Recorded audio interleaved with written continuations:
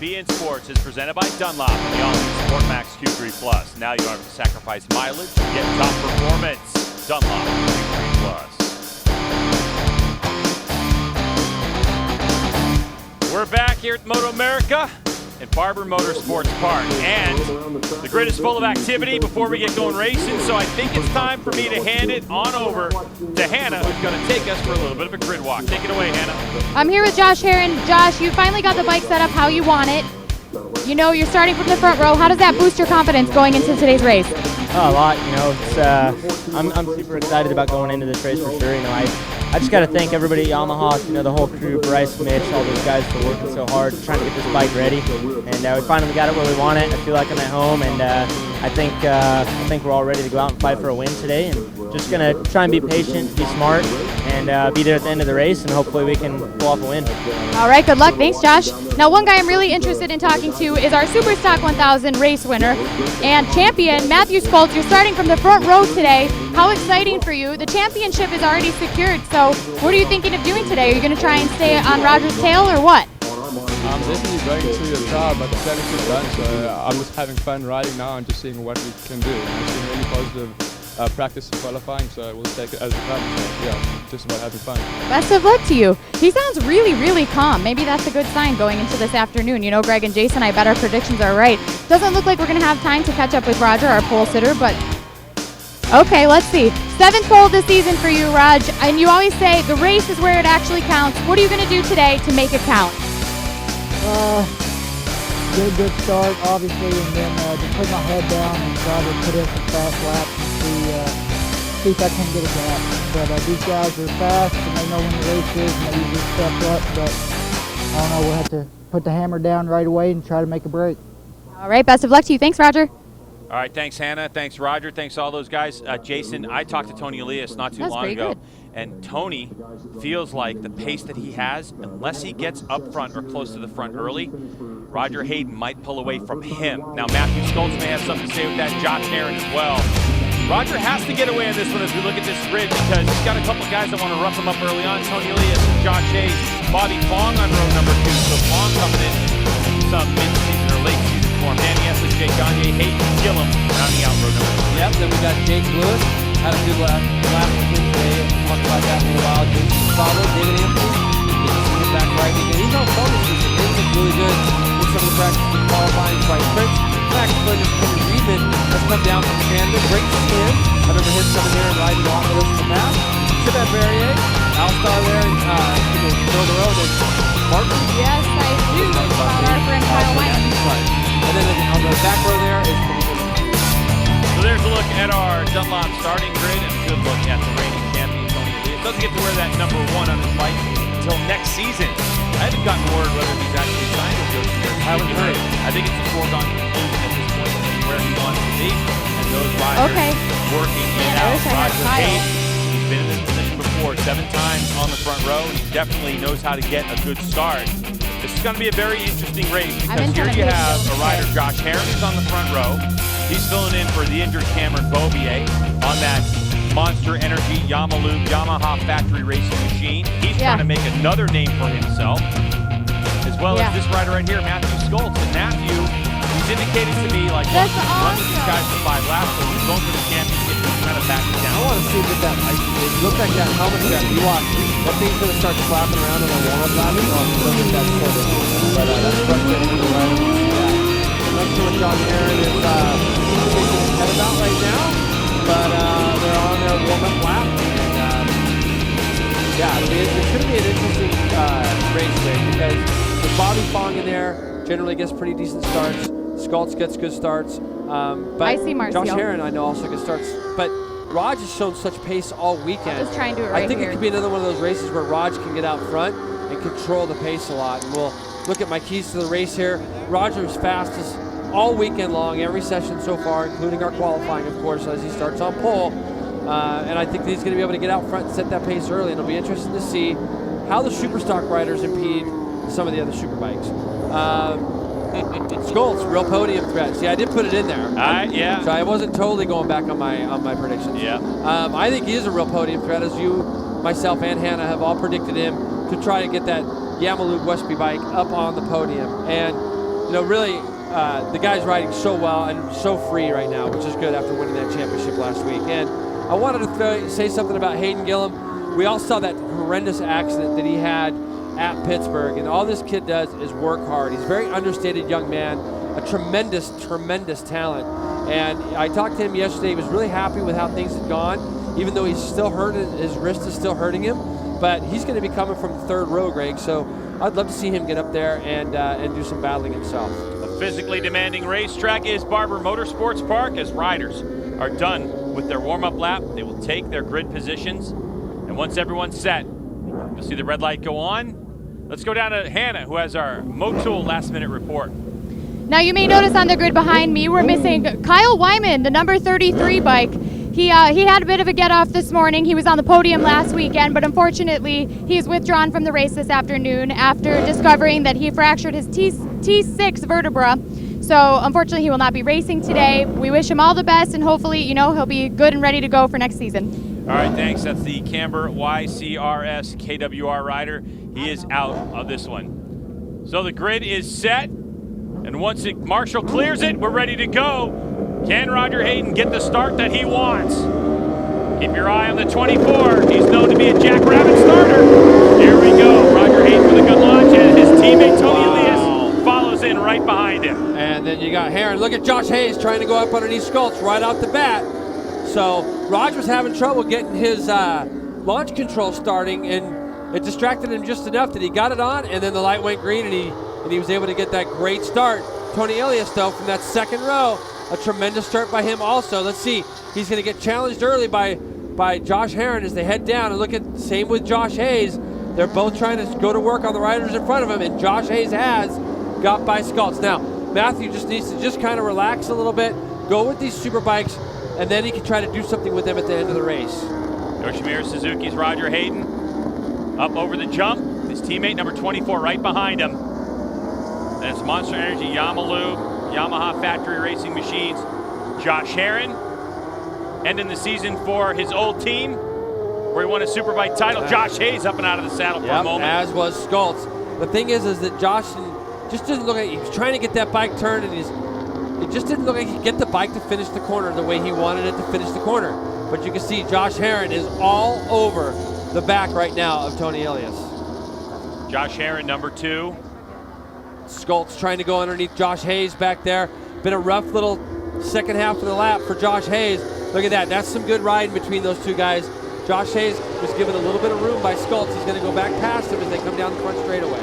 Or not. Let's side see. by side they go. That's a tough one for Hayes. Can he get it slowed down? Nearly off the track, so Schultz gets back on him.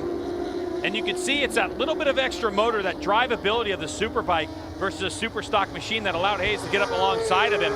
But Schultz holds on to that 4th place position, but a little bit of a gap now to 3rd spot. Yep, and here goes Tony Ellis is in there deep. Can Heron get it turned up underneath him? That's the question. So nope, he just wasn't able to. Tony has that ability, doesn't he, Greg, to get it in there and really get a stop. Now Josh is underneath him. It's a very big committed pass. He goes kind of straight to the apex like we see Elias do, but he just runs out of a little bit of real estate there on the exit. Schultz goes back past. The Roger Hayden jackrabbit of a start, setting the pace, a couple tenths of a second ahead of his competitor. Tony Elias, Josh Heron right in the mix as well. Oh, Heron trying to get that bike to work for him. Hannah alluded to it at the top of the show. The big deal with Josh Heron and his team is getting that bike ergonomically to work for him. They showed up with brand new foot pegs that they machined in between Jersey and Barber, and they lowered the seat as well to get him more inside the motorcycle.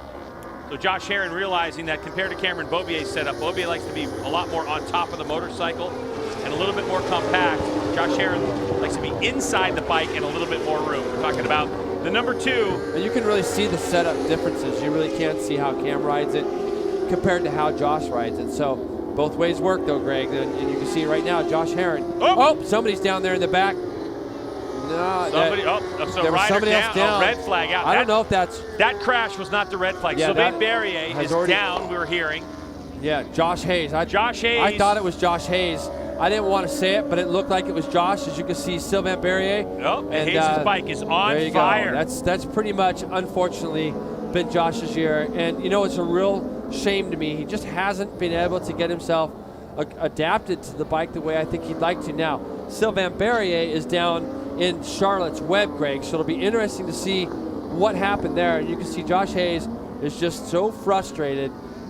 He just walked away from the bike. He saw the bike on fire. And now he sees it on fire. No, I think he knew, Greg. You think so? I would be grabbing some gravel because, look, in the Superbike class, it's a single bike rule. Single bike rule, that's it. That's the only bike he has. If they can't get that bike out, well, it's on fire now. I doubt it's going to be rideable for this race. Yeah, Melissa's there. And once Keith you McCarthy start, by the way, laughing Keith about McCarthy. it. So hey, it's always good when the boss is having a little bit of a laugh, you know? Yeah, that's true. That Just is glad true. he's okay. Yeah, that's the main thing, that Josh Hayes is okay. But when we look at the rules, this race has started. So once pit lane opens, you've got to finish the race on the bike you start. So there's no opportunity. Even if they had a backup bike in the truck that's not gone through tech inspection, it makes no difference at this point. Today, Josh Hayes' race is done. Can't race a bike that's on fire. And you know, Greg, if you just go back and you think about the Kyle's first down here too if we want to use him for lap something. of that race, and you saw where Josh was and how he was. This is them getting Berrier's bike off the track, but it's just Josh is trying to get the bike to do things, and the bike just isn't doing some of the things that it looked like he wanted it to do as far as finishing the corner and stuff like that. And it was probably a pretty frustrating couple laps. And this is really sad to see Sylvain Berrier.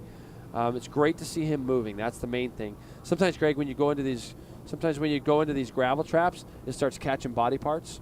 And let's just hope that he's good there. You can see Rose and Earl there on the left-hand side of the screen. It's great to see Earl Hayden back on the racetrack. It's been a couple months, actually, since Earl's even really been out of the house.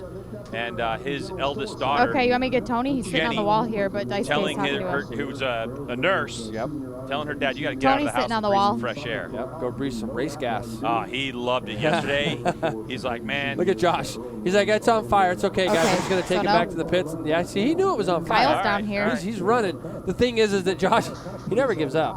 You got to love him about that. There's a reason why he's won 4 let me see if I can find him. And he did the right thing. You don't want to start taking gravel and toss it on the bike. I mean, you never know. Hey, I don't care. Whatever you want to do. It might blow up. Yeah, We've no all doubt. seen the movies, man. You never know. You see somebody flick a lighter and then a car explodes 2 seconds later. You don't know. But now they can maybe get that bike back here. You know, obviously Josh wasn't the reason for the red flag, but maybe they can get the bike back. He's not down here anywhere. You see Sylvain there getting cart off, and he's just had his second big injury of the year. Hopefully this is just something minor, but we've been around this sport long enough to know it's going to be something. I mean, you can see him holding on to holding on to the crew and everything else. He's a tough guy too. He'd be back up and walking around if he could. So let's just hope it's nothing too serious. He's over in for hospitality.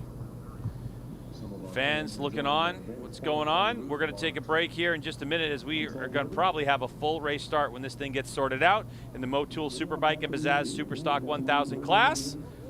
Stick around here at Barber Motorsports Park. We'll get race action resumed in just a moment.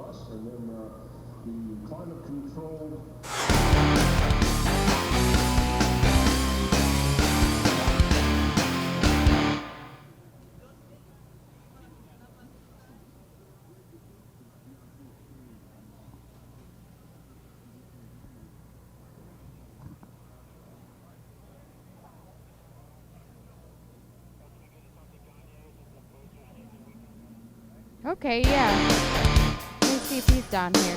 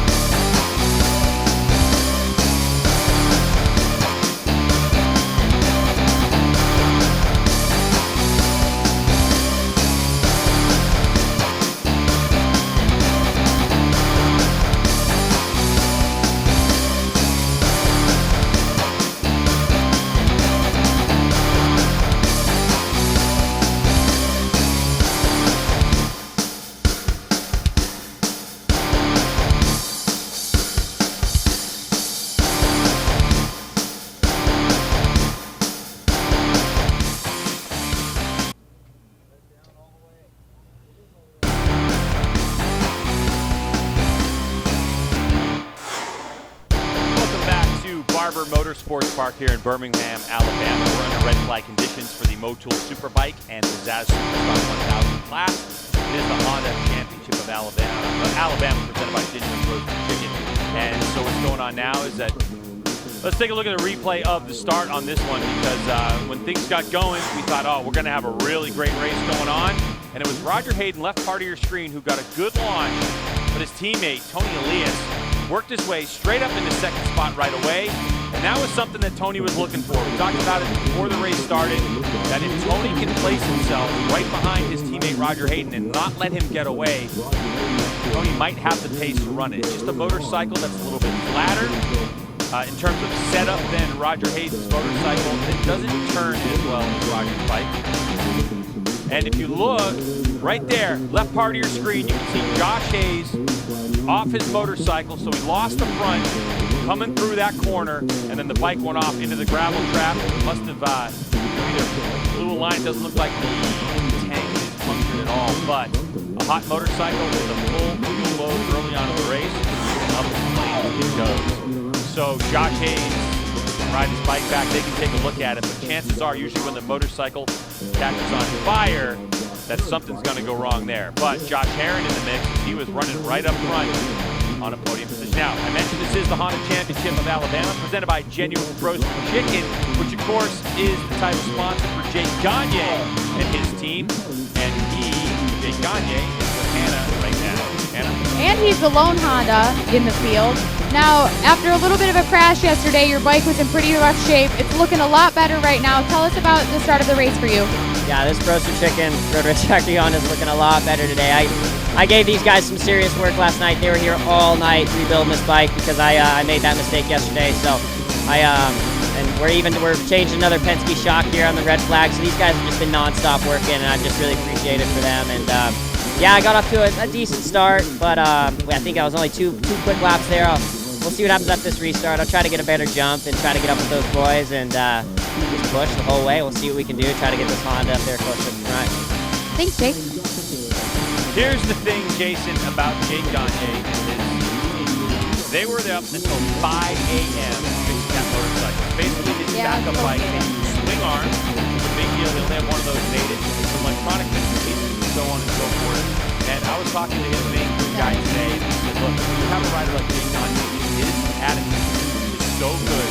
He makes you forget that you're up at 5 o'clock in the morning, that it's all good. Like, Jake is the leader of that team. He's got everybody on board with the program, and we love him. That kid's world class. I mean, he did that with Minnesota, and he can ride anything. And Danny Walker's established a great team down there, and it's only a matter of time until they start getting results. They've got a lot of the missing parts that a lot of teams need when you start putting teams together. They've got all that. They've got great continuity, family atmosphere. Bike is something that they're going to continue to work on. They're going to continue to make it good, but they've got a great rider, a tremendous rider. So it's only a matter of time, Greg. It is only a matter of time, and you know, the results definitely have started to come here towards the end of the season. Of course, scoring a couple of 13 points, which is fourth place finish in the series as well as fifth place. So they had a pretty decent run at it at New Jersey Motorsports Park last week. And you know, Hannah's down there working during this red flag, and she is hanging out with Josh Herron right now. Yeah, when I actually walked up on Josh, he was staring off into space, looking very focused. You were looking focused. You got a really good start. You know, what are you thinking about while you're sitting here during this red flag? You know, just try and get a little bit better start. You know, I was having a hard time getting around Tony, but we had a problem with the front brakes, and I think we got it fixed now, so hopefully be a little bit easier to get underneath him if we need to. You know, hopefully Josh is okay. I saw the bike was on fire. I think he was standing though, so good to see him up and going. But I'm ready to get this thing going and get these nerves out of my stomach. It's been a really nerve-wracking weekend. I'm ready to just get it over with and get this thing up to the front. All right, Greg, Jason, there you have it.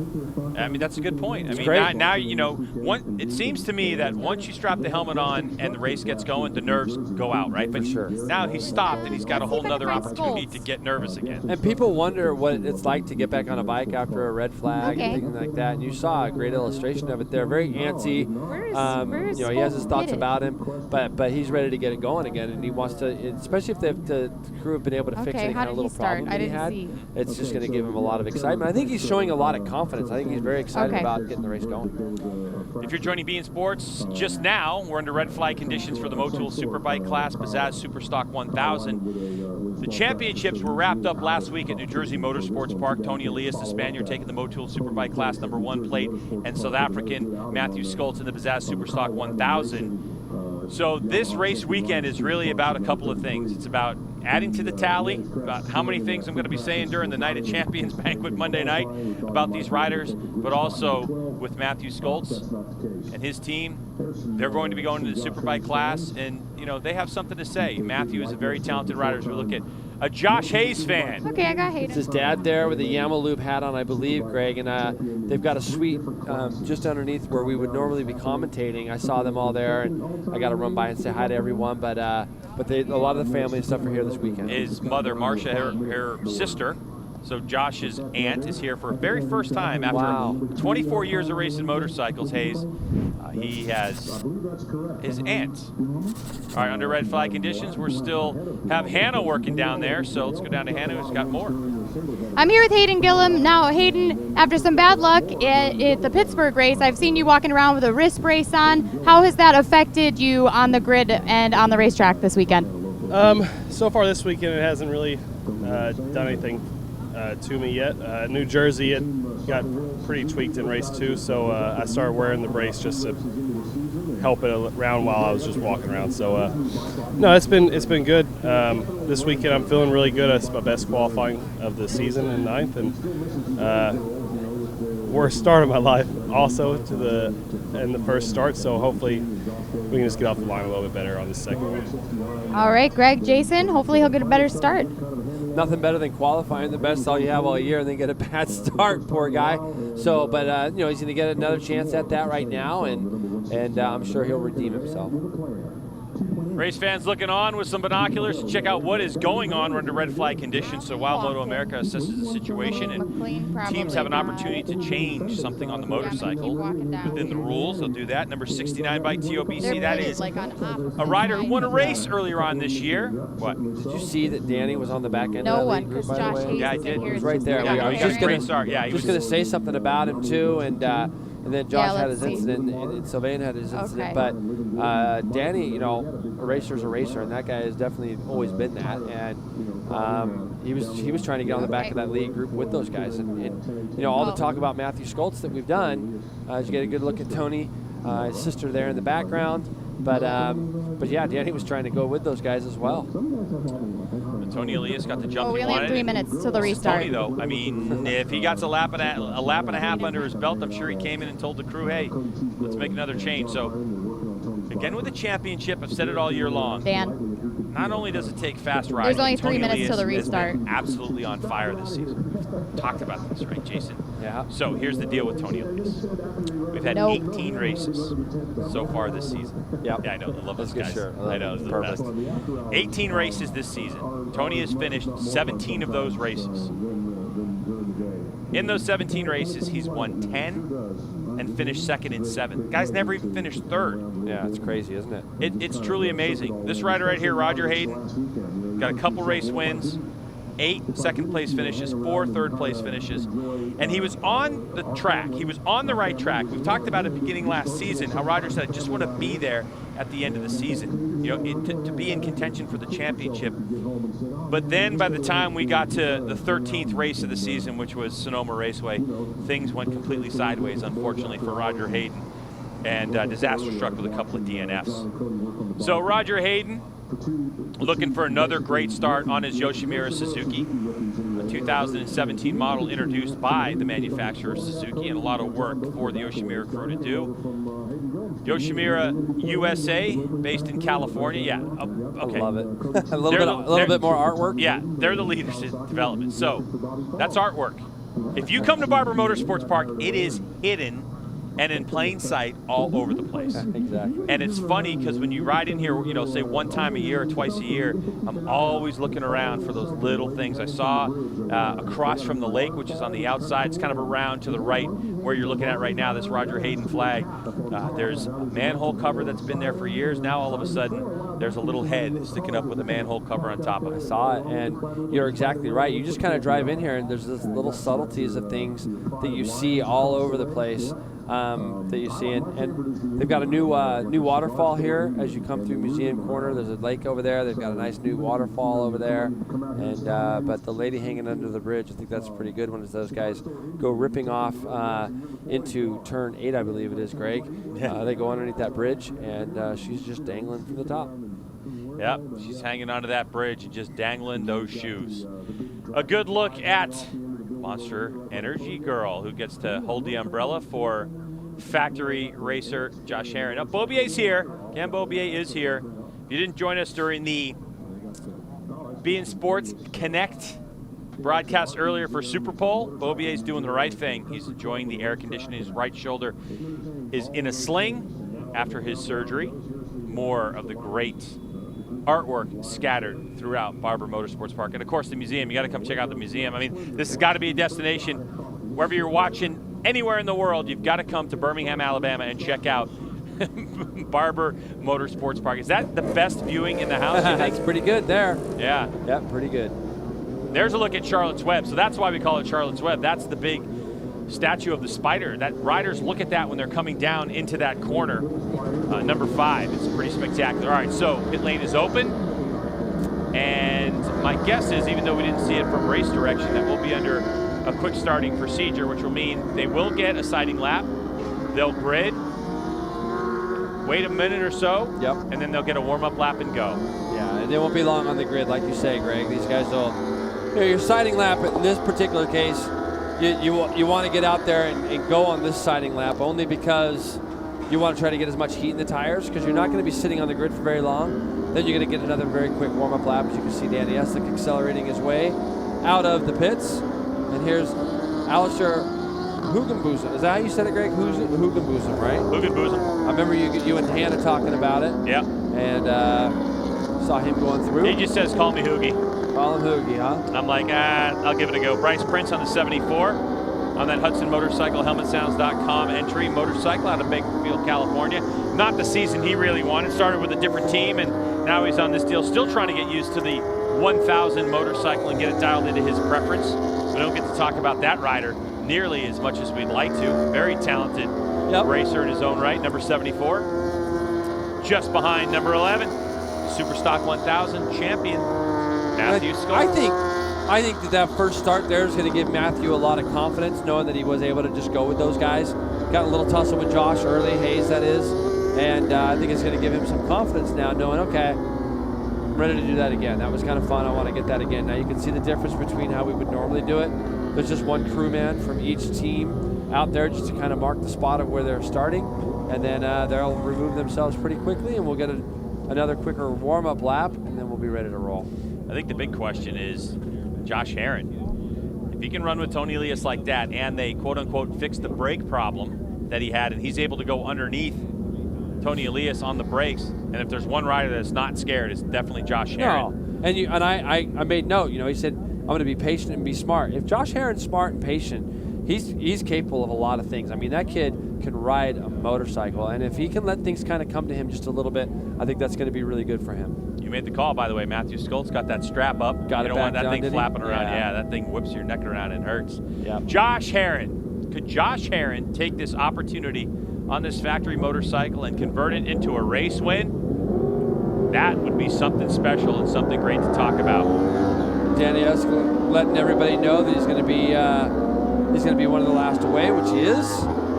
Wants to get enough heat in that tire. Yep. Couple riders choosing that strategy as well, kind of pull-putting around there in the back, but they all got to get going before that safety car rolls off in the back. So one more lap here around Barber Motorsports Park.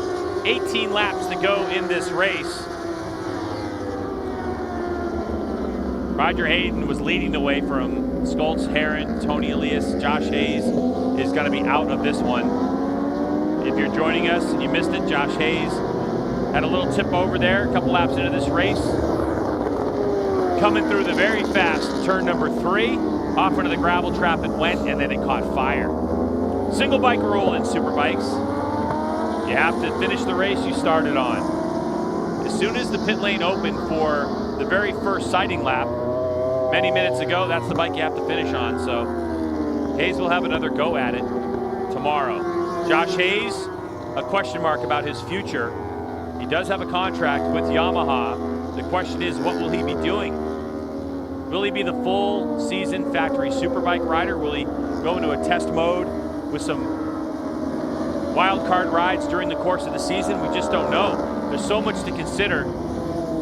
I think Yamaha has had a stable of riders in Garrett Gerloff and JD Beach in the Supersport class now, enough to where they want to start advancing some riders through the Superbike field.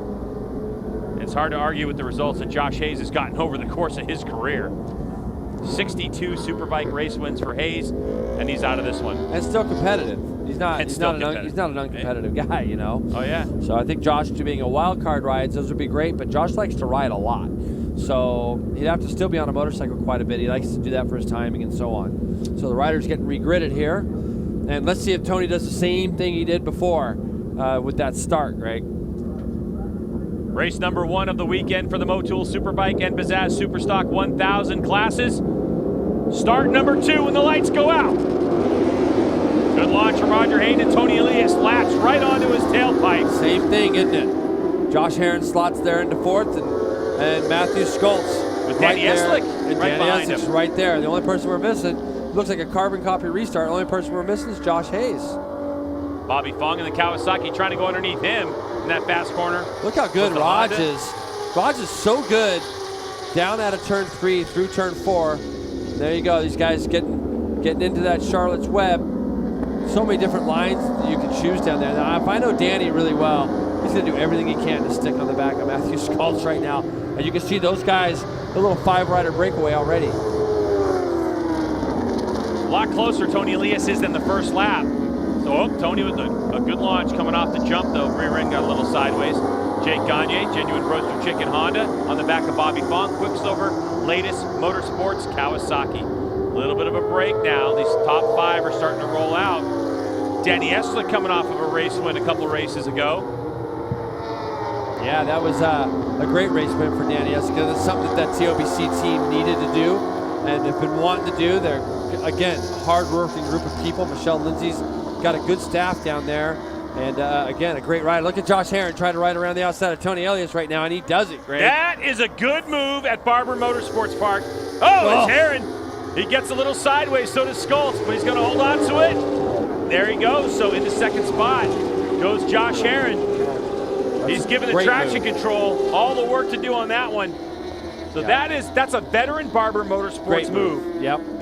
That transition and just put yourself right in position is beautiful. Oh, and he's getting the thing sideways coming up the hill also. So, you know, this is where Josh, you know, he's got Raj right in front of him. He's done the hard work so far. Look at Schultz. Schultz is trying to work Tony Elias now himself. Trying to outbreak Tony. Tony is something special. And he wants to go. He wants to go with those guys in front. This is, though, that you can see his bike getting so out of shape as he comes up over that little rise there. Matthew Schultz, Yamalu Westby Racing. That's the first of our Superstock 1000 Tony runs riders. a little bit wide. Is Tony going to try to shut the door? Nope. It's amazing how he can just do something like that and still just turn the motorcycle. And he came up over that curving. It got just a little out of shape on him. But now Matthew Schultz is up to that 3rd spot. And let's see if he can close that little gap down to Josh Herron now. So Tony Elias, a little bit out of shape. And goes Matthew Schultz. Let's take a look at the replay. There you go. As he comes up over the jump, sometimes it can just, if you don't hit that thing perfect, and a lot of times that rear wheel will go up over the top of the back side of that curbing, and his just caught while he was still on the brakes, and it just shunned the bike kind of in the wrong direction, and Matthew was there to take advantage of that. Elias getting the signals of what's going on behind him. We saw at New Jersey that Tony Elias started to fade back early on in the race, and that was due to something hitting his foot, and he was in a lot of pain, and he shook the pain off. Doesn't look like anything's happened like that right now. Just looks like he's getting roughed up. Matthew is the same way as Herron as they come down out of 3. Look at that bike shaking everywhere. And but Josh Herron's done a great job. He hasn't tried to make up that gap all in 1 or 2 corners. He's methodically over this last lap just kind of closed that gap back up to Roger Hayden. And Roger will just be out front putting down the laps. The thing is, we've got to pay attention to where Herron's bike is good and where he might be struggling. If he struggles out of turn 3 towards turn 4, he won't be close enough to do something with Raj in turn 5. So he might try to do the same kind of pass on Raj that he did on Tony.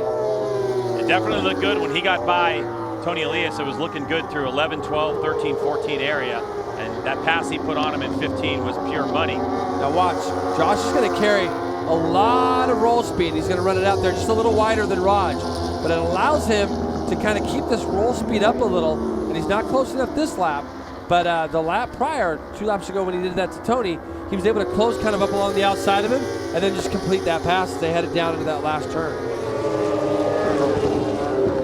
26-3, 26-2 for Josh Herron, a 26-2 for Schultz, and Tony Elias a 26-1. So the fastest rider on the racetrack right now, 4th place rider Tony Elias. It's a 10th of a second, but he's back right there on the back of Matthew Schultz and never give it up. And he sees these guys aren't going anywhere right now. And they're not. Oh, no! Wow, that's big. That's Dave Anthony, it looks like. So David Anthony back in the Superbike That's turn class. 1, Greg. What is with stuff catching on fire? We never see bikes catching on fire. And now he's trying to get the body work. That's a very expensive crash for the privateer The corner rider. worker doesn't know that's a lot of money that David knows is going up right now in the body works. Fly Racing, Motul, ADR Motorsports, David Anthony. And it's deflated the airbag as well. And here you're going to see the bike probably is going to be coming in. There it goes across. We got a red flag on the track. And, you know, this is one spot on the track, Greg, that a number of years ago Barber Motorsports made safer. When we very first came here, we didn't have as much runoff. And you can see David Anthony stopped plenty of time in front of that before he got to that barrier. And he did grab a fire extinguisher himself to go put that bike out. And that's hard-earned privateer money going up in flames there. It's heartbreaking. And that guy doesn't need that, you know. He doesn't. He does such a good job running a team. We've seen Anthony West ride for them this year, Cameron Peterson ride for them, and that's going to be a motorcycle that's probably not going to be usable anymore, poor guy. And Aussie Dave, he's looking over his, you know, the corner worker's trying to pull him away, but he's assessing situation with David Anthony as he decided he wanted to go Superbike racing this year as we take another look at it. He just lost the front. He was going underneath Bobby Fong. He was ahead of Jake Lewis. He was going up underneath Bobby Fong. That was a move to get himself up to 8th. And right there, that's devastating to see your bike going up into flames. We saw Josh Hayes' earlier. That right there, though, that David threw up is an inferno, you know? Yeah, I mean, that's real dollars for him. So like I was saying, at the beginning of the year, David decided he wanted to go Superbike racing. And during the off season, I mean, he does everything. He builds the motors, he builds the bikes, and he was sending me photos during different points of development of this motorcycle. It looks like the bike was still running. Did you see that? That's what he's trying to do. He's trying to turn the bike off. If we get a chance to go back there in a minute, you're going to see the rear wheel still going around. So that's why he was trying to get to the bike to try to shut the thing off. Yeah, but there were a lot of flames there. So, so back to the story with David Anthony. I got Josh Hayes. Is as he got the season rolling, he realized, look, being team owner and having a Superbike, there's so much that goes into a Superbike that he just couldn't do it. So he decided to go back to Superstock 1000. Okay. So David there, Aussie Dave, such a good guy. I mean, such a good guy. Shame. He wanted to go. He wanted to race. He needed someone in the race for the Fly Racing Motul ADR Motorsports bike, and the only bike he had left was his Superbike. It's been on display for pretty much the whole second half of the season, so he decided to go back to it, and unfortunately he goes up in flames. And for a rider like Josh Hayes, he's got a good factory team behind him with motorcycles available. Chances are we're going to see Josh Hayes ride tomorrow. Yep. Chances of David Anthony getting back on that motorcycle and riding tomorrow, I think, just went up in flames. Yeah, you're not lying there, for sure. Good shot of Josh Herron coming up over to the curbing over there, just through turn 7, 8, 9, I believe it is, Greg, 7 and 8. So kind of see how his bike went up over that straight. That's kind of the normal way of doing it. And Tony's didn't do that a couple laps prior.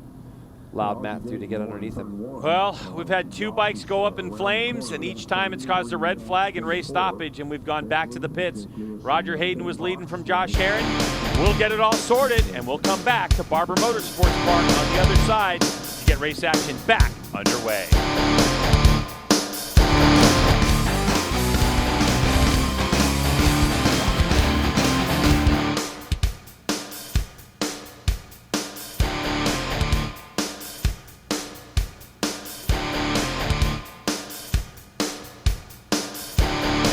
Every single one.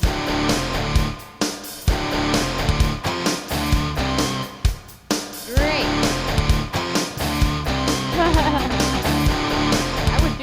told me to.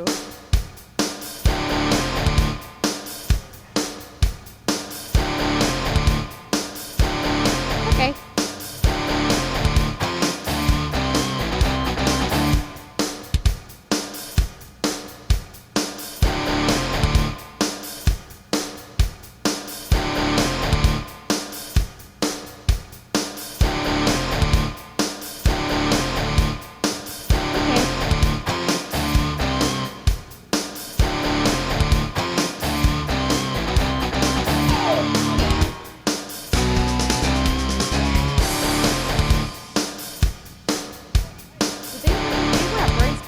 Bike back on a trailer.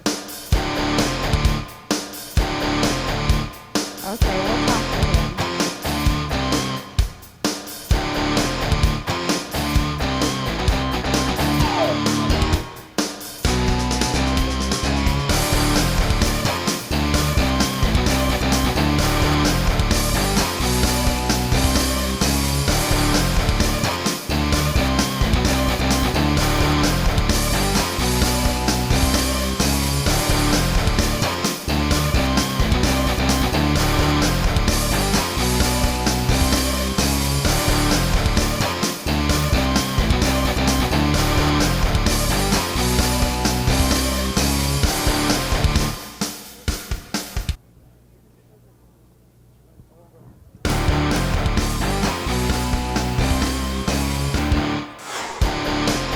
The story here at Barber Motorsports Park so far in the MotoAmerica Superbike and Bazaz Superstock 1000 classes.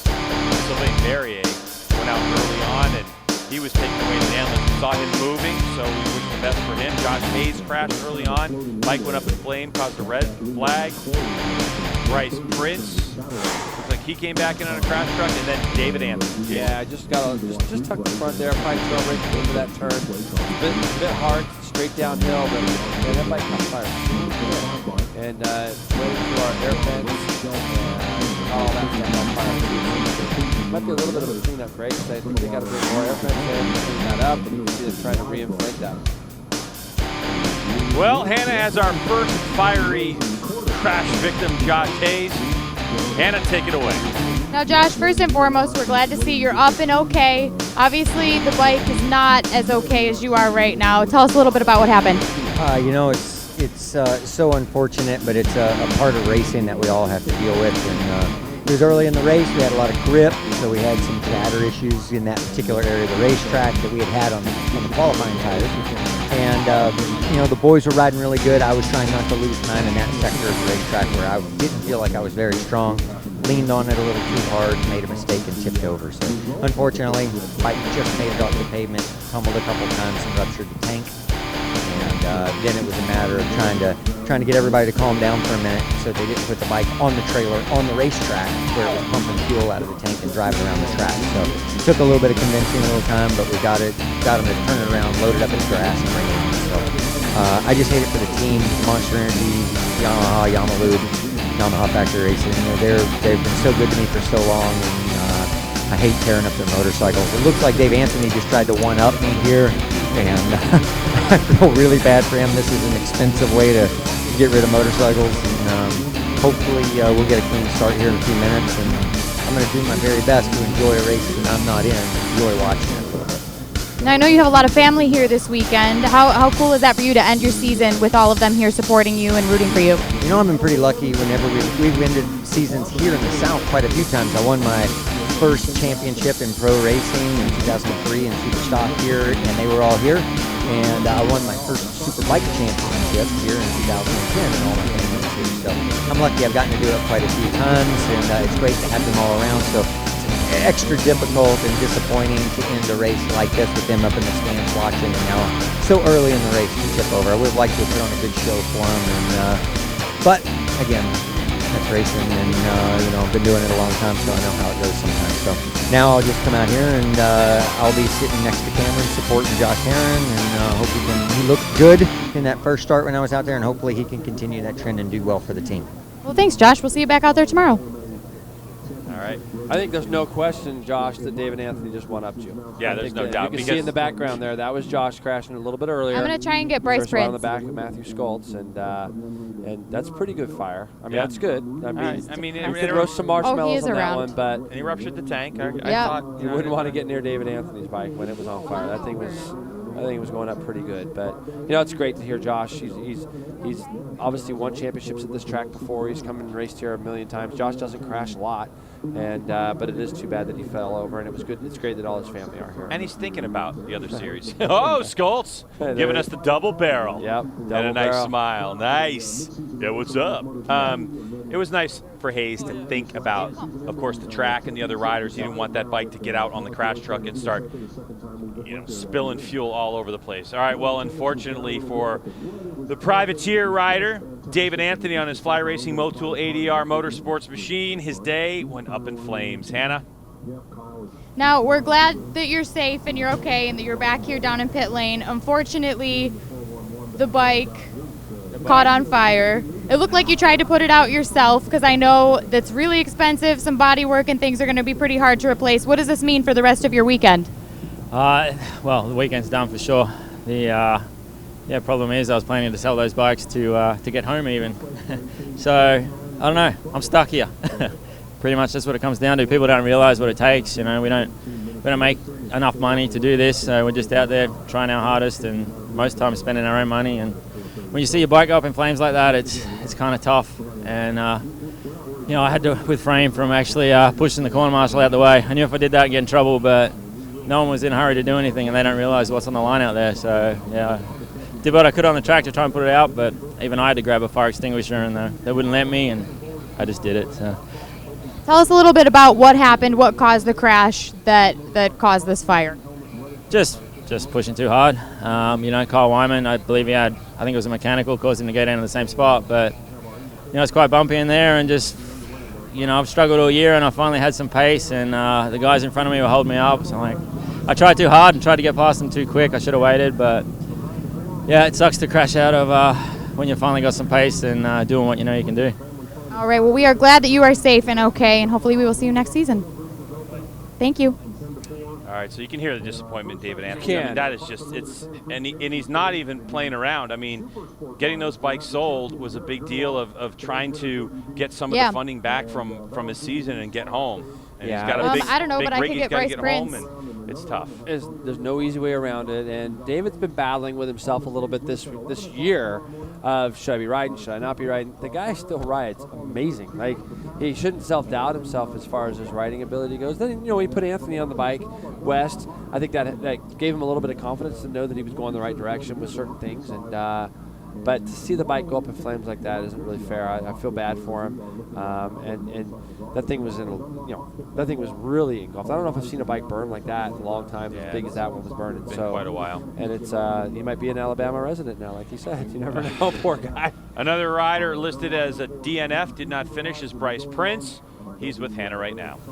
Now, I don't know what they're doing, if they're trying to get the bike back together, but they brought it back down here into pit lane on the trailer. Tell us a little bit about what's going on. Yeah, with right before the red flag, when the bike caught on fire, it actually blew a hole in the radiator. I noticed going down the back straight that I saw a little bit of mist come up in my face, and I looked down and I saw water coming up, so I just ended up, I was able to get it onto the trailer, and then once I saw the red flag, we were able to hurry back here. My guys are working super hard to try to get together, and hopefully we can get back out there. We are on pace with a lot of the guys and to run in the top 10, and hopefully we can go out there and with a little bit of luck from someone else falling down, unfortunately, it's playing in our favor, so we're excited.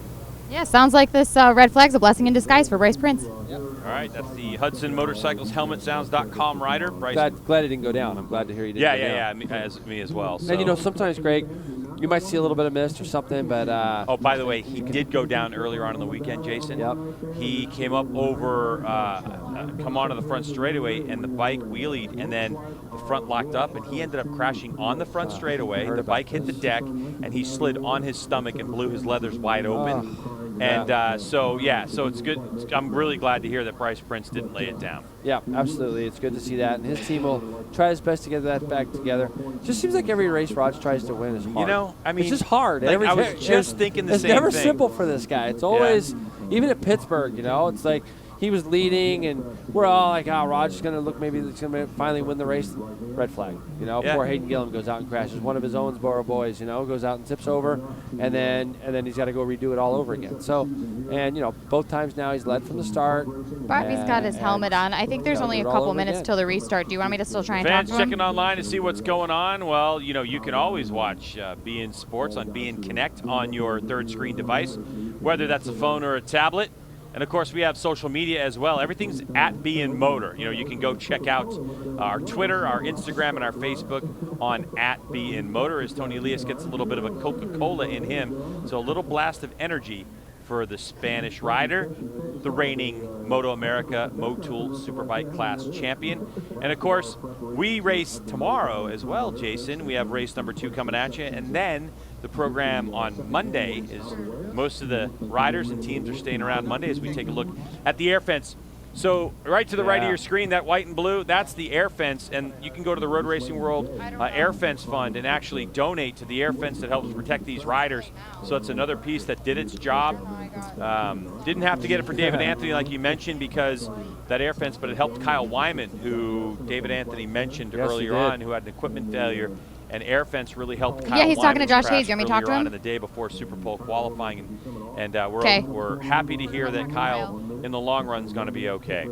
I saw him sitting on pit wall, just in one of our other shots just now. I saw him talking to Josh Hayes. So at least he's here, sitting there, having a laugh, and yeah, he's probably happy he's not out there. You know, I mean, as far as all these bikes catching on fire right now, and it's just good to know that he went to the hospital, he got checked out, and he seems like he's doing okay. And this is the final race of the day today, Motul Superbike and Bazaz Superstock 1000. So fans sticking it out, waiting to see what happens. We are told from race direction that this race is now going to be reduced to 12 laps. So at least we have that knowledge going on. And the grid will be Roger Hayden, Schultz, and Herron. So they're going to do the original grid position starts. So it's going to be Roger Hayden, Schultz, Herron on row number 1, and then Tony Elias, Josh Hayes is going to be out. So that'll move Bobby Fong up into the fifth position. Then Danny Eslick, Jake Gagne, Hayden Gillum. So those riders that aren't able to start the race will shift. All right, Hannah has Kyle Wyman right now. Hannah. You'll notice the riders are starting to go back out for the restart. One rider who is not headed back out on track today is Kyle Wyman. Kyle, you had a bit of a get-off this morning in the practice session. Tell us a little bit about what happened and why you're not racing today. Yeah, so unfortunately, huge crash. Just actually lost the brakes going into turn 1 this morning. Just a mechanical failure, and feeling really fortunate to be here. You know, unfortunately not racing, but did have a little fracture in my T6 vertebrae, so got to kind of be mindful of that and sit this one out. So just bummed, you know, Camber, YCRS, these guys really stepped up for these last 2 rounds. Josh Siegel, and you know, I want to be out there for them, but I'm just happy to be here, and it's good to be just here watching and out of the hospital and all that stuff. So thank you. Thanks to everybody who's been supporting me this whole year, and watch a good race. Thanks, Kyle. All right, so good to see Kyle up and moving around. Yeah, scary situation going down into turn 1 here, or any corner for that matter, with no brakes. And really sad to hear that. That's nothing that any rider should have to go through. And you know, the fact that Kyle was able to walk away from that with that air fence, thank goodness for that. And in the David Anthony incident, we're being told that right around $10,000 to $15,000 worth of air fence burned up in that incident. So, you know, that Road Racing World Action Fund to help out air fence is always available for people to donate to keep all these riders safe. So here we go. Once again, we're in the quick start procedure, which means riders get a sighting lap. They'll stop in their position, as you were saying before, marked by their crew people so they know where they're going. And then it's going to be the warm-up lap, grid, and go. Trying to figure out if this works to Matthew's favor or not. I think it's hard for him to get by guys. It looks like he gets out dragged to the first turn a little bit. I think the more laps that he can do in a superbike race, if we had 22 laps of or 25, whatever the laps would be, if we did a full superbike race, I think it plays in Matthew Schultz's favor a little bit. No, they're not allowed to change tires. With these quick restarts, it maybe doesn't as much, because I think it's going to create a lot of work for him in such a short period of time. So we're going to get it going once again. And of course, if you're wondering about tires, they're not allowed to change tires. So you have a couple of heat cycles in these tires as well. A lot of these teams during testing, let's say that they'll do what we try to do, a race simulation. They don't have time in practice, the first practice, to do it. Right. They'll do half that race simulation. So these teams are familiar with heat cycles, and a heat cycle will happen even if you come in with warm tires and you put tire warmers on it. The tire warmers keep them warm, but not at full temperature. So, you know, there is a little bit of heat cycle on these tires. So the question really becomes, Jason, like you're talking about, with 12 laps to go, who's got decent tires underneath them? Well, is it going to be Matthew? It's not like, you know, this isn't factory racing where you have an unlimited tire budget. There's a limited number of tires that are available during the weekend, controlled by MotoAmerica with tire stickers. So it makes it fair for these privateer riders, like a 88 Max or 888 Max Flinders, for example. He's not having to try to compete with his wallet when it comes to buying tires. So everybody's in the same. Everybody's in the same boat, like you say, Greg. So I think you're exactly right. It's a good look at Jake Gagne following Roger Hayden around on this warm-up lap. It'd be great to see Jake get himself up there. Looks like he's just sound like some bike didn't sound good there. Something didn't sound good there. Okay, everybody made it around. Sometimes you hear things in your headsets, and I heard something there didn't quite sound right. So something didn't quite sound right there to me. But anyways, hopefully these guys will be able to get themselves Maybe that was sorted. him testing that TC, because, you know, I've been told that the Genuine Broaster Chicken Honda team now has traction control available with also a little bit of wheelie control. Okay. They finally, you talked about this earlier, that team has finally got the bike kind of sorted geometry-wise and feeling-wise for Jake. And once that was set, now they're starting to dial in some of the electronics, and they are looking further ahead as well. So you think, oh, at the end of the season, you're finally doing it? Well, yeah, because this is the first season of development, and he's the only rider to be riding the CBR 1000R in this class, so all the development is left up to that team. Here we go. We see also back there, number 74, Bryce Prince did make the restart. So Bryce Prince in the mix, not a DNF any longer. Here we go, off and running. And again, Tony Elias, not quite the launch he got, but neither did Roger Hayden.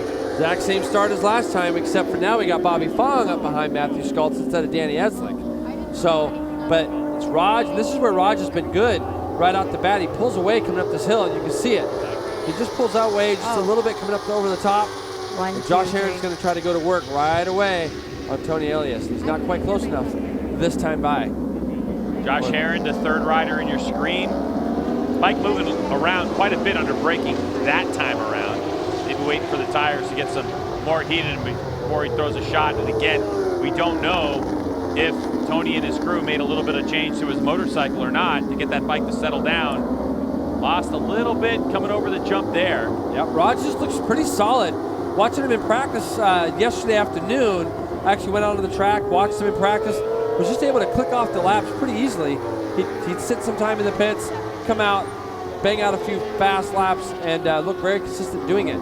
I think Josh Herron's the danger guy here. Let's see if he does the same exact thing to Tony as he did the race prior. Look, he's right around the outside of him, Greg. I mean, that is so good right there what Josh is doing. He's able to get the bike turned and go straight to the apex, a la Tony Elias. Great job, Josh Herron. It's just that little bit of extra by Herron.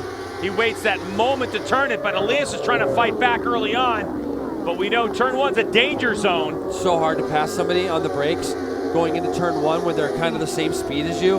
It's such a big commitment for a pass. So now Matthew Schultz is going to, great job by Josh Herron doing the same move twice and trying to put himself in a position to run Raj back down. Matthew Schultz falls behind Tony Elias. Thought he might make a move. Tony's very strong down on the brakes into Charlotte's Web. Once they get up over turn 4, Greg, the Superbike's going to pull away just enough, I think, to where it's going to make it hard for Matthew. To where Matthew's going to have to be absolutely perfect. If Tony slips up at all, that's going to give Matthew an opening. Looked like Eslick got around Bobby Fong, and Eslick moved himself up into 5th spot, and he took Gagne with him. So now kind of fell into the order before the red flag as Fong's starting to fall back. But he's got Jake Lewis, Hayden Gillum, and Bryce Prince there as well. So Eslick moves himself into 2nd in the Superstock rankings. see if he can make any inroads. And you can see Bobby Fong must still be struggling a little bit. We can see Jake Lewis behind him because he was right there at the start, right there running in 5th. Unless he ran wide or did something, he's sure that there's a lot of guys that have gotten by him early.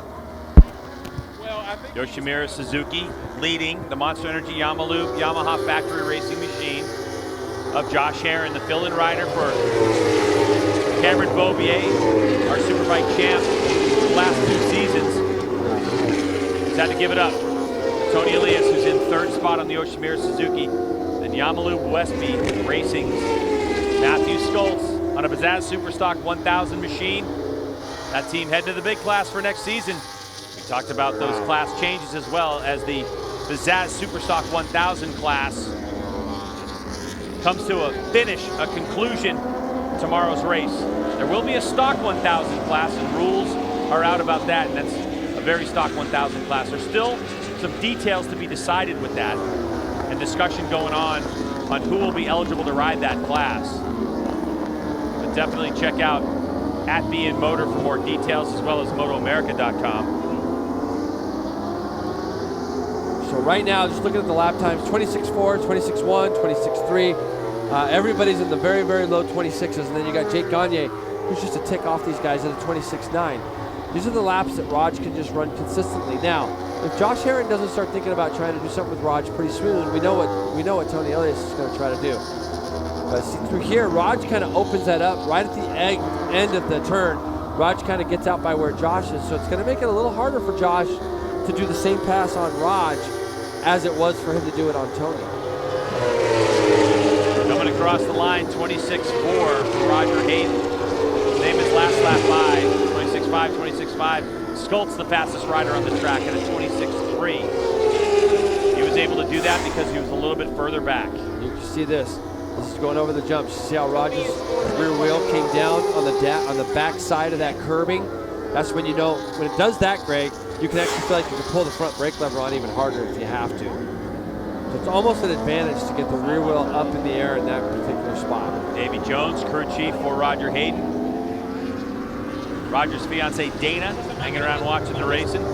Pretty relaxed during these races as her man Roger Hayden continues to lead the way. So it's to become a battle of the factories and a privateer of Matthew Schultz. Now with this race being the distance it is, we've seen Matthew be able to do the pace of Superbikes for about 5 laps, but those tires do have a couple extra laps on them. So we'll see if Schultz is able to continue to latch on. He said at the top of the show, he doesn't want to throw it down the road. He'd rather win the race because he's got all next season to prove he can race with Superbikes. Yeah, well, I think he's proving it to everybody that nobody would even doubt the fact that this guy's going to be racing at the top level in the Superbike class next year, racing at the front like he is now in the Superstock bike. And with the crew he's got down there, no question in my mind. So, you know, right now the race is just everybody's just kind of feeling each other out a little bit here, seeing what they're going to try to make some plans. Every lap is just a little bit more knowledge that you're gaining on the guy in front of you. A little further back, Jake Gagne running a solid 5th place. He was able to get by Danny Eslick, running a solid 5th place overall. Eslick in 6th place on the racetrack, 2nd in the Superstock 1000 class. This battle up front is so snug right now. As Tony Elias, Tony's having a look, trying to get a drive on Josh Herron. So Tony, a much better series of events this time around for Tony Elias, for the reigning champ. Schultz just a couple bike lengths behind. You can definitely see how this racetrack over the years has gotten a little bit bumpier. Which one were you looking at? There was a lot of movement. I was looking at Herron's bike moving around quite a bit there as he started to try to tip it in to that fast left. And Josh is really good down through this next right. He seems to like close up on these guys quite a bit up over the top of this hill. If you look at the replay here, I want you to pay attention to Josh Herron as he goes to tip the bike back over to the left. You see that little area where the bike got off the front wheel got off the ground? Yeah. And you start giving a little bit of torque on the bars while the front wheel's coming up off the ground. It's going to turn the bars. So when it comes back down, it's going to give you that little bit of a head shake. Now 7 laps to go for our leaders, Hayden, Herron, Elias, and Schultz. Last time by the stripe, matching lap time. 10th here, 10th there. 26.3 Roger, 26.2 Herron. A 26.3 and a 26.2. Gagne's back there doing 27.8. So not really making any inroads is Jake Gagne. Quite the pace of these front runners. But the question becomes, with the lack of drivability of a Superstock 1000 motorcycle versus a Superbike, and the way the electronics are set up for Matthew Schultz, is he going to have the tire to go the distance now that we're 7 laps to go in this one, plus those other 3 or 4 laps that were on the tire as well? And really, right now, there's not a lot Matthew can do because he sees Tony's doing his best to try to figure out his way around Herrin. And for Matthew to really make a move on those guys, he's got to be a lot closer. So he's just taking it all in right now. And I wouldn't be surprised that when Tony does decide to make the move, if he can make the move, that is, if that move comes, you might see Matthew just try to sneak his way through at the same exact time. Herrin looks very strong to me in some very key areas of the track, this being one of them. It'd be very, very difficult to go underneath Herrin there. Raj kind of does the best of both what Elias does there and what Josh does. Elias kind of runs tight all the way around that corner. Herrin runs wide and then brings it back. Raj kind of runs a hybrid in between the two of those. And Herrin able to really close down in the place where he passed Tony Elias in those final 2 corners. He closes that down tightly, so it's almost like it's his line anyway. And that'll be really difficult for Tony Elias to fight back in that particular part of the racetrack. Yeah, but Herrin's pretty good up over the top of turn 4. It's going to make it hard for Tony to get closer to him to try to do something with him in this turn. Now, Tony's also able to turn the bike a lot sharper, so it's just going to be a matter. Look at these two guys getting that close. Now it's going to be a matter of what can he do. You see Matthew Schultz have a look over his shoulder. That might be his little way of saying, okay, nobody behind me. I don't have to worry about anything coming behind. I can focus my attention on what's in front of me, which he knows he can. He's got some 7-second lead on Jake Gagne, so he looked back and saw nobody. But look at Raj. This is what Raj has been able to do, just kind of grind out the laps, lap after lap after lap. And, he's able to hit his marks and just keep doing well in all these segments. Now, as they come up over the top of the hill here, you're going to see Herrin releases this right-hander a lot earlier, and you're going to see Tony's a lot tighter. Although Tony now has started to look at what Josh Herrin's doing and doing a little bit of the same thing. Can't say enough about Roger Hayden and his win at Pittsburgh. Of course, after his MotoGP World Champion brother, Nicky Hayden, passed away, there was a lot of kind of unspoken pressure on Roger Hayden winning races and being able to dedicate it to his brother. And in Pittsburgh, race 1, he won and was able to tribute to his brother. And actually, his fiancee Dana is wearing the shirt. They cool. actually put the screen print of him with his chest open showing that. And I talked to there's Tony. No! Down he goes! We have not seen Tony Elias do that at all hardly this year. He was trying his best. He was in there. Look how mad he is at himself. You think he cares about his championship last weekend? No. He's more mad right now at himself than he has been. He just gets in there really hot. And this is where Tony always tries to make the turn, but he just has a little bit too much front brake on. Instead he was trying to not run off the track, is what he was trying to do, Greg. He was trying to keep that bike on the track. Because he wanted to stay in tow. And look, championship or not, he wants to get back on and try to finish the race, do what he can.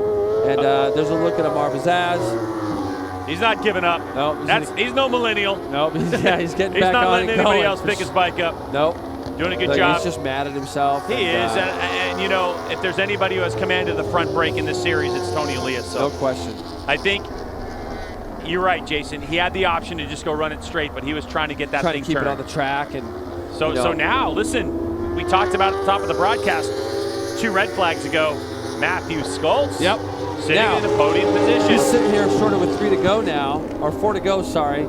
And he knows he's on the podium. How much more does he want to, how much more of the apple does he want to take a bite out of, I guess right. you could say. Here's Tony coming around through the turn 7, 8, 9 area. And you can see the bike's not too bad. That carbon fiber bodywork took a little bit of a beating. Raj isn't going to know that Elias is out. Not yet. But he might. I don't think he's even going to get around to see Tony get pulling off the track. But look, if you look at Raj's bike, Greg, look how good it looks. It looks amazing coming out those corners. And look what he's able to do now.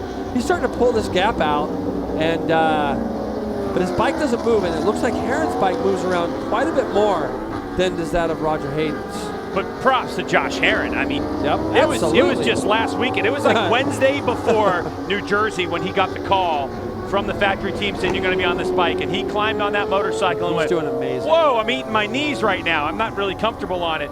And props to his team He was a for going to spectator work. at Pittsburgh. Yeah, he was a spectator at Pittsburgh. Absolutely. Guy does so much with his fans on social media and so on. And I'm not giving Roger this race by any stretch of the imagination. But I'm just saying he's able to open up a little bit of a gap right now. Oh, so Tony decides he's going to pull it in. Yeah. Another rider going in with him. So there must be some damage on that motorcycle. So the 349, that's McLean. McLean is in. And Tony Elias just limping in, taking a look at this race. And his crew, so Roger Hayden, Josh Herron, and Matthew Schultz leading the way. He's just frustrated. So you can see the bike's out of shape well prior to the fact that he wasn't going to make it. And then he just squeezed a little bit too much front brake lever on Greg, trying to keep it on the track. And just frustrated. You know, it doesn't make mistakes like that very often. And that'll just make him more hungry for tomorrow. You can see he actually made everybody know he's okay. I'm sure he made it to the TV and saw that replay of his crash. So yeah, for sure. Our reigning champion with, I mean, his only miscue really of the season that cost him. Now, that back up at the front. Herron is still right there, Greg. Fastest first split of the race right now in the first segment of this track, and so he's just doing everything he can to match Raj lap after lap. I'm trying to think of the spot that he could really get him, and I'm not really sure where that could possibly be right now. It's going to take a big move. Look at how good Herron's bike looks up over the top of that rise. He's incredible through this last little section, Greg. Carries a lot of corner speed through there. But going down in Charlotte's Do we want to Web, talk to Tony? Raj is so good out of turn 3 up over 4 that Josh can't get close enough to him. Even that last little segment there, it doesn't look like Josh can be close enough to do anything with it. So I'm just trying to figure out, as I'm sure Josh is, where is this going to happen? Plus, my eyes are on Roger Hayden's bike, the attitude of that rear tire as well, to see if there's any weaknesses in his acceleration. And I'm sure that Josh Herron's looking to do the same thing. As now Matthew Schultz is starting to drop off a little bit, but Jason, I think you're right. He's going to leave it to these two riders. Schultz has proven he can ride with these guys. Yep. As we've seen some pretty miraculous things during the course of the season a from little bit wide, Superstock. he's just squared up, and he's able to get that thing squared up and turn. But Herron's piling on the pressure right now, doing a great job. I'm just trying to, I'm very, very curious where he thinks he can make his move. I really feel, Greg, that it's going to have to come in that last segment of the track that we've been looking at, turns 13, 14. Oh, wow. Wow, what a save from Josh Herron.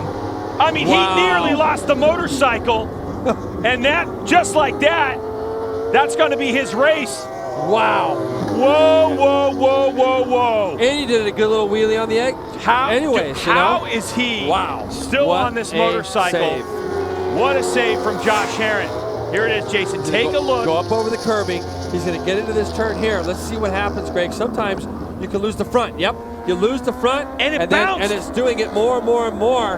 And look at little stylish wheelie on the exit. Yep. That'll do it. Good for you, Josh Herron. Way to hold on to that motorcycle. Hey, if you're a car racing person and you get in trouble with a car, you let everything go. In a motorcycle, you grab a handful of throttle, and that solves all your problems. At least it did for Josh Herron. How he is still on this motorcycle is baffling. And he's not giving up. He's not giving up. Roger's crew was able to actually get the +1 on the board so that Roger knows he's got a bit of a lead. He did take a bit of a defensive line into Charlotte's Web there. But right now, Roger Hayden's got this race completely under control. And Herron was just piling on the pressure. Wow. And just loses the front. I mean, he lost the front, got it back, and lost it again. It bounced right off the ground. Amazing. It bounced off the ground. Yep. And he was able to save it. What a great job. Well, the final lap of this race is on. And Roger Hayden with about a second lead over Josh Herron, who has not given up. Matthew Schultz nearly got around Herron, but he thought better of it. He knows what's at stake. Standing on his first Superbike podium on a Superstock 1000 machine. Can Roger Hayden, does he realize that Josh Herron gave him a bit of breathing room when he lost the Herron's front? still trying. I love it. Josh is still out there. Oh, yeah. Working hard. Here we go to the final set of corners on this one. MoTool Superbike and Bazzaz Superstock race number 1. As it's going to be Owensboro, Kentucky's Roger Hayden will come through the last corner in front of his mom and dad and will take victory here at Barber Motorsports Park. What a race. Really good ride, Raj. Josh Herrin, 0.7 of a second adrift, and Matthew Schultz, 1.4 seconds back. Fourth place, gonna go to the 32.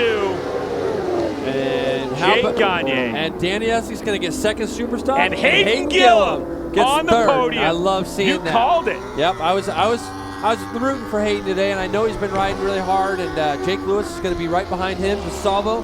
Bryce Prince gets himself back in the race to end up 9th. Bobby Fong 10th, but really nice work, Hayden Gillum. Hayden Gillum will be able to stand on the podium. Hayden also out of Kentucky, Phil Pott on that Cycle World Suzuki. You can check out all of his great stuff on cycleworld.com. He's a man with a van and a plan.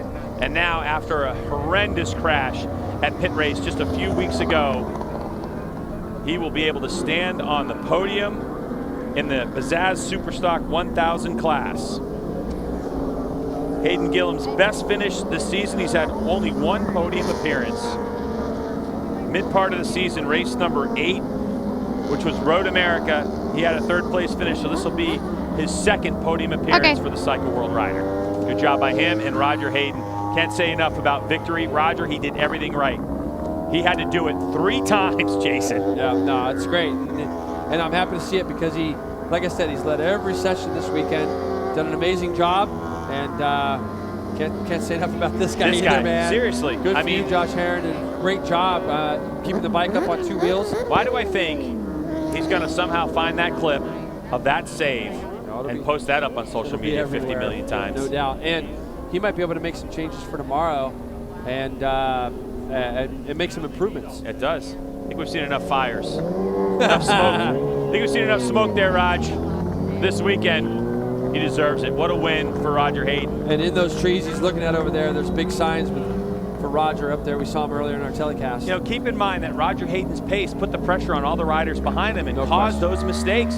That's really what it comes down to. Yep. The mistake that was caused, by his teammate Tony Elias because of the pace that Roger Hayden was setting.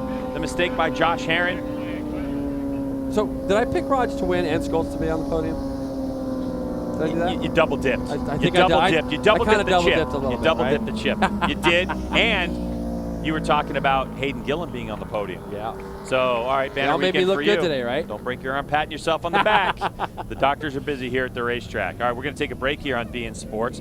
On the other side, we're going to hear from Roger Hayden and the rest of the riders and how it went for them, because what a win for the Kentucky native. We'll be back in just a moment.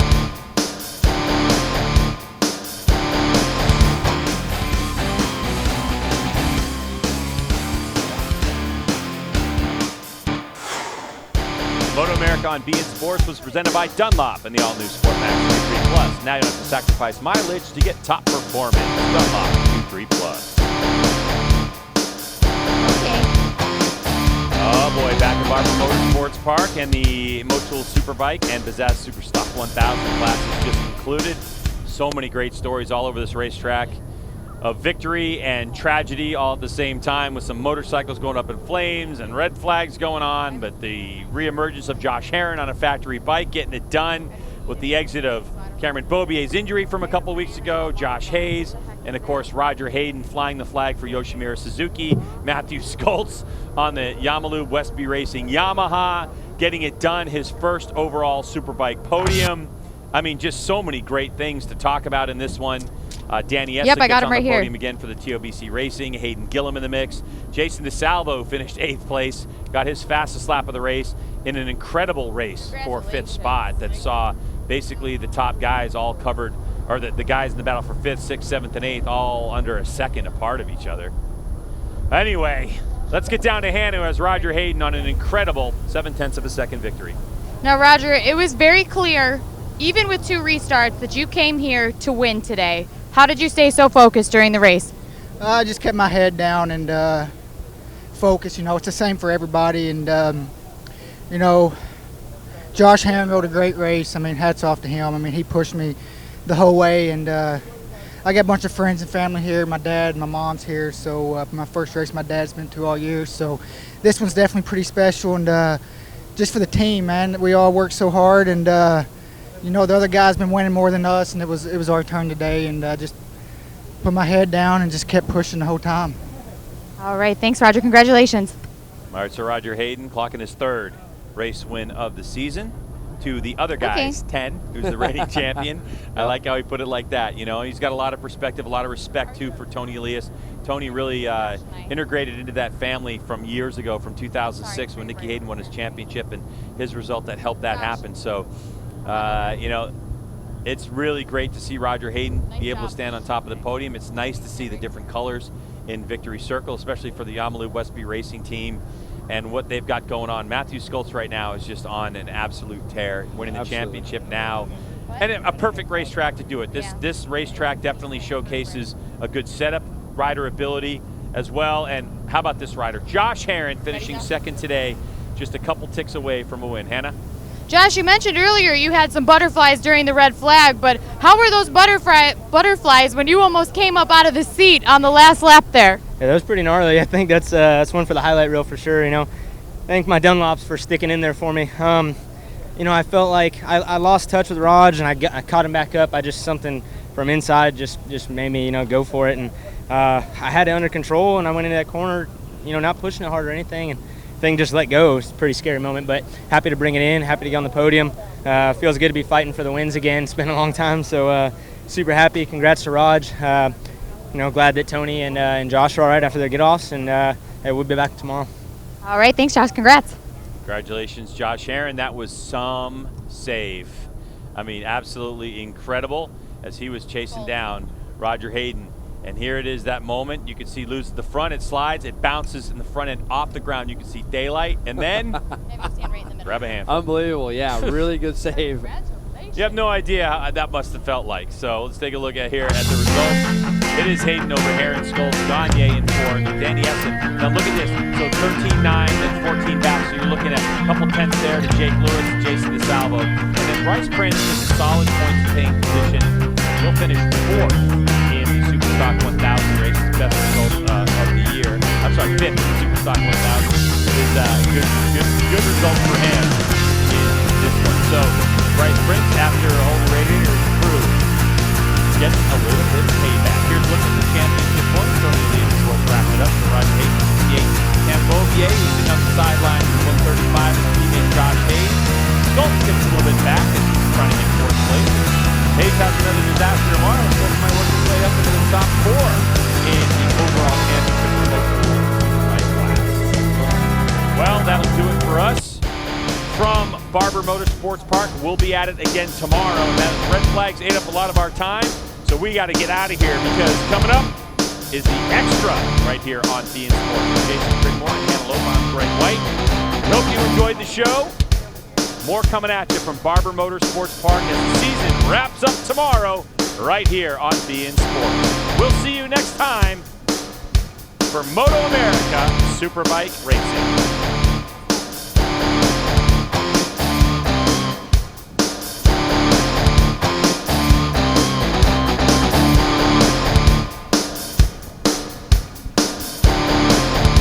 Yeah, he's still down here.